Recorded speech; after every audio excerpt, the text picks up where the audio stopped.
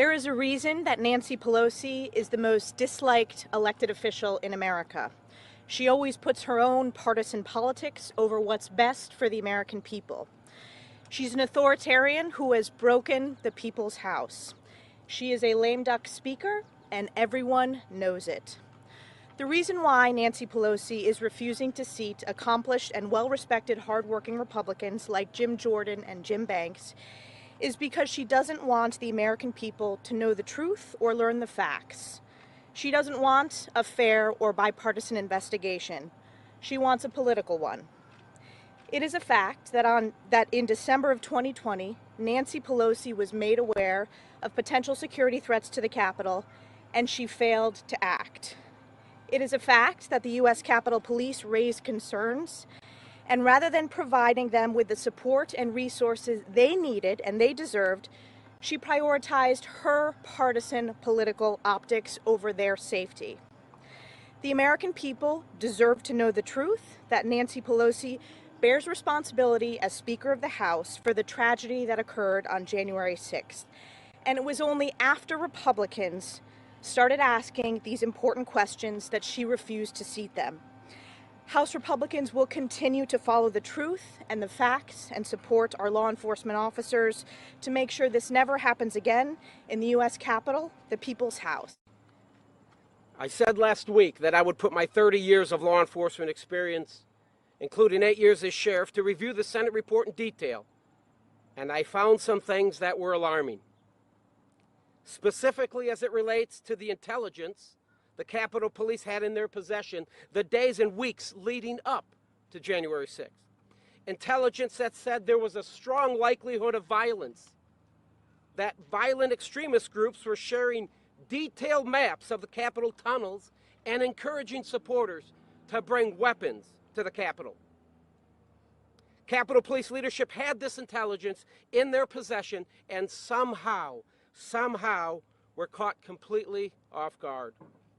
The Senate report highlights the intelligence failures, but doesn't speak specifically to who in the Capitol Police knew what and when, and we must answer those questions. In addition to the intelligence failures, the Senate report highlights the clear delay of the National Guard in assisting the Capitol Police. I was alarmed to find that the Capitol Police Chief, the Chief of Police, doesn't have the authority to request National Guard support without approval of the Capitol Police Board. And the Capitol Police Board is made up of the House Sergeant at Arms and Senate Sergeant at Arms. Before the National Guard can be called, they both must agree. The House Sergeant at Arms answers to Nancy Pelosi, and it's been suggested the day of January 6th, he was waiting for Speaker Pelosi's approval before calling in the National Guard.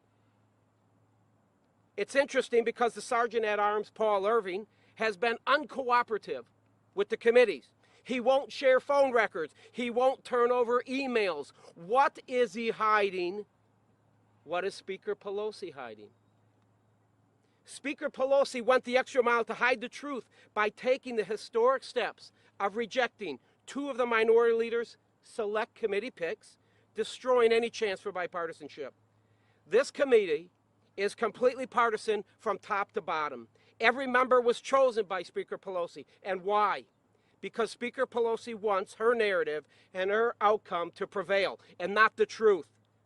The only so-called Republicans on the committee are on the committee to grandstand and attack the former president because of their own personal vendettas. Those Pelosi Republicans aren't interested in the truth. They're interested in getting even. Today, Leader McCarthy, Whip Scalise, and all of us up here, however, we're interested in the truth. We're going to continue seeking it and following the evidence no matter where it leads, because we owe it to the American people to ensure this never, ever happens again.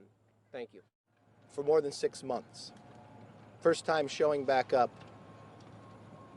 on January 3rd to vote for the Speaker. No hearings about the IG report. No movement of Rodney Davis's bill.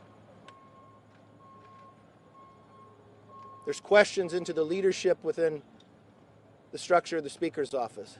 where they denied the ability to bring the National Guard here. We now have a committee that all of America wants to know the answers to. Why were we ill prepared for that day, and how can we make sure that it will never happen again? But unfortunately, Speaker Pelosi will only pick on people onto the committee that will ask the questions she wants asked. That becomes a failed committee and a failed report, a sham that no one can believe. If you want the true answers, do not be afraid of the questions that will get asked. And drive the evidence to wherever it comes forward. We owe it to the officers, we owe it to the nation, to have an open and fair debate with all questions being asked. Again, the Republicans want to participate with the Republicans that are able to be on the committee, that have jurisdiction, have the knowledge, and the ability to ask the tough questions that can get the right answers. It's unfortunate we start with a committee chair who will tell you everything's on the table except the Speaker's office. How can you ever get to the bottom of the questions? How can you ever get to the solutions to make sure the Capitol is never put in this position again? From December 14th, they knew. The last time there was a break in the line was during the Kavanaugh hearings. Why weren't changes made then? Why weren't action taken after the IG report? There's a lot of questions that could get asked today to make sure these officers will never be put in this position. January 6th should have never happened. Two questions for this entire committee should be, why were we so ill prepared for that day? And how can we make sure this never happens again? And that's what should drive the committee. There may be buildup before that day that you're going to have to investigate. Speaker Pelosi worked 6 months trying to make sure that would never happen. We had an officer killed on Good Friday, just across here, based upon, if you listen to who made the killing of buying the knife and go out, it was politically motivated, but we're not going to investigate that. You have the FBI doing investigations. You want to make sure nothing in this committee gets in the way of that. You have an architect of the Capitol that has been appropriated $10 million to make sure this is better prepared. Why wouldn't we then ask the tough questions and make sure the Capitol Police have the resources, the training, and the equipment? That is what's being withheld, and that's what we complain about. Leader McConnell, yes. Majority Leader at the time. A week after the insurrection, you said that Trump was partly responsible for what happened. Do you still stand by that? I think from a standpoint, I'm looking at all the investigation as we go forward. I would have liked response faster. Having known what I know today, that you just listened to Rodney Davis.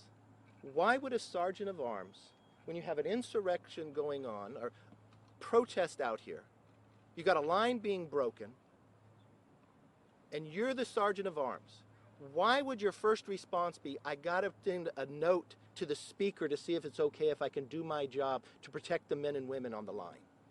Why would that be your first reaction? Why? I don't think any of us knew that. Do you realize that the sergeant of arms, as being being the leader of the Republicans, never talked to me prior coming up to the 16th, even though they knew on December 14th? How many meetings did they have with the Speaker's office for the preparation? He never passed me a note that day. I would tell you, bring the National Guard. There are people out there who say there were phone calls to the Speaker that offered the National Guard prior to that day and was turned down. And being turned down, and you have to ask the Speaker on the day of what was going on? Why wouldn't you do your job? Why would you feel that in your job you couldn't make the decision? You were the officer. We have a sheriff for more than 30 years. I promise you this. In his capacity when he was sheriff, he did not think he had to call an elected official for anything for law enforcement that was going on. He knew his men and women were out there, and he needed to defend them. And he wanted to make sure they were prepared. That's why we want people in questions like that asked. Yes? Leader McCarthy, a lot of people, Representative Armstrong said that by not allowing Jim Banks or Jim Jordan on the committee. They're silencing millions of Americans. But aren't by pulling all of your members from the committee, aren't you silencing, preventing those real legitimate questions from being asked? And No. even if you think that the Democrats are being honest from counteracting some of those things. No. What you want is, the one thing we have in our government, you don't get 100% of what you want. You have to find compromise. This is the only situation in the history of a select committee by a speaker to try to predetermine what could be asked and what the results could take place. She has fought this for 6 months. At the same time of those 6 months, 2 committees in the Senate, bipartisan, has done an investigation. And then when we came to this solution, partisan-based, and we offered no subpoena power, 5 members, never in the history of Congress has this taken place. Why? Why would that take place? And I think from the perspective, you've got a ranking member of the Judiciary Committee, they could have oversight to part of this. You've got Jim Banks running the largest caucus inside the conference, served our nation in Afghanistan in the Navy, and she questions the outcome of that. When you've got a committee chair that objected to the election of George Bush, that believes Republican senators should be on the terrorist watch list, was actually suing President Trump at the time. What we're objecting to is that we're not going to find the solutions. We want to find the solutions that this would never happen again. That's all we've asked for. Thank you very much. Have a good day.